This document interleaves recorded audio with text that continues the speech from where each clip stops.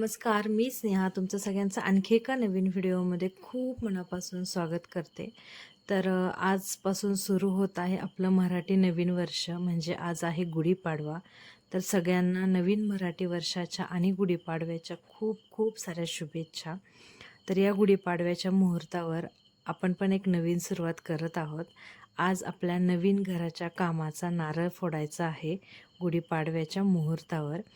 तर सकाळी घरून आवरून निघालो.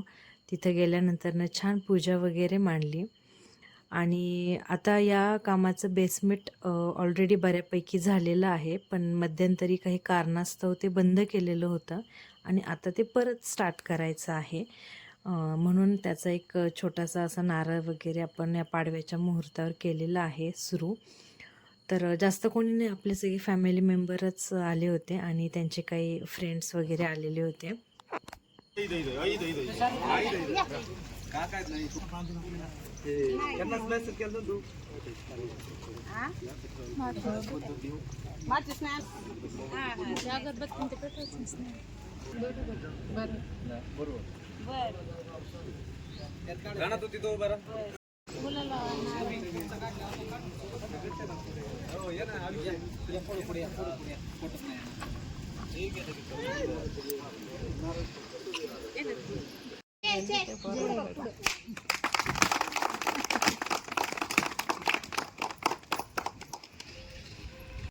एक दोन उद्घाटन करून मग जाऊ. फोन करतो मग. कारखान्यात आज गुढी उभारली.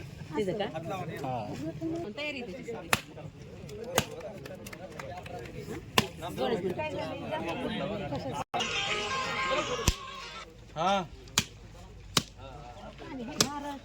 बस.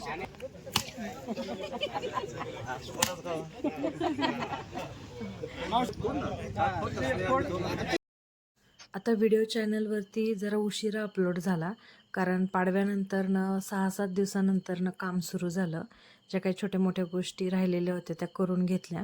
म्हटलं एकदा काम सुरू झालं की मग व्हिडिओ अपलोड करता येईल, म्हणून व्हिडिओ चॅनलवरती पोस्ट करायला जरा उशीर झाला. आता 15-20 दिवस झाले पाडवा झाल्यानंतरनं. आता बऱ्यापैकी काम पुढं आलं आहे व्हिडिओ अपलोड होईपर्यंत.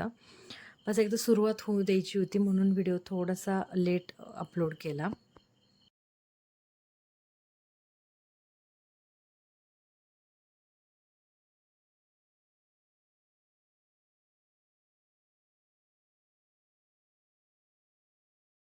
आणि ही व्हिडिओ क्लिप 4-5 दिवस आधीची आहे, म्हणजे 19 तारखेला पाडवा होता आणि ही 14 तारखेची व्हिडिओ क्लिप आहे, ज्या दिवशी नवीन बोर घेतला होता. रात्री 12:15च्या आसपास बोर घेतला होता. तर इथं हा जे दगड ठेवलेले आहेत, तर तिथं पानाड्याकडनं पाण्याचा पॉईंट दिलेला आहे. आणि आत्ता बोरची गाडी आली आहे. ते 9:30-10 वाजताच यायचे होते, पण त्यांची गाडीमध्येच फेल झाल्यामुळे उशीर झाला यायला. आणि मग जास्त कोणी नव्हते, आम्ही घरातलेच होतो सगळेजणं. आणि मग 14 तारखेला हा नवीन एक बोर घेतला. रात्री 12:30ला सुरू केलेला बोर सकाळी 6:30-7 वाजेपर्यंत चालला. सुरुवातीला काही पाणी नाही लागलं जास्त, कारण आष्टीमध्ये उन्हाळ्यात जरा पाण्याचा प्रॉब्लेमच आहे सगळीकडेच. तर पण नंतरनं 2 दिवसानंतरनं बऱ्यापैकी त्याला पाणी आलं की एक उन्हाळा ठीक आहे, पण बाकी सीझनला आपलं दररोजचं घरचं व्यवस्थित त्याच्यामध्ये भागेल. त्यामुळं बोर असा फेल नाही गेला म्हणता येईल. उन्हाळ्यात थोडंसं होतीच अडचण सगळीकडेच, पाण्याची पातळी कमी जाते, पण बाकी सीझनला पावसाळ्यामध्ये वगैरे पाणी आल्यावर बऱ्यापैकी आपलं घरचं सगळं ॲडजस्ट होईल इतकं पाणी त्याला येईल.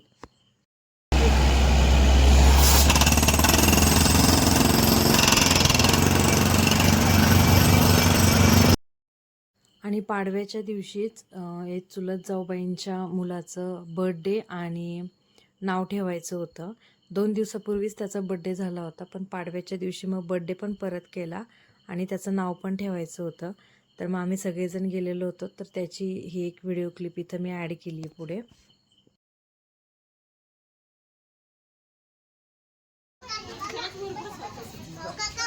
सांगितलं, मग तू सांगितलं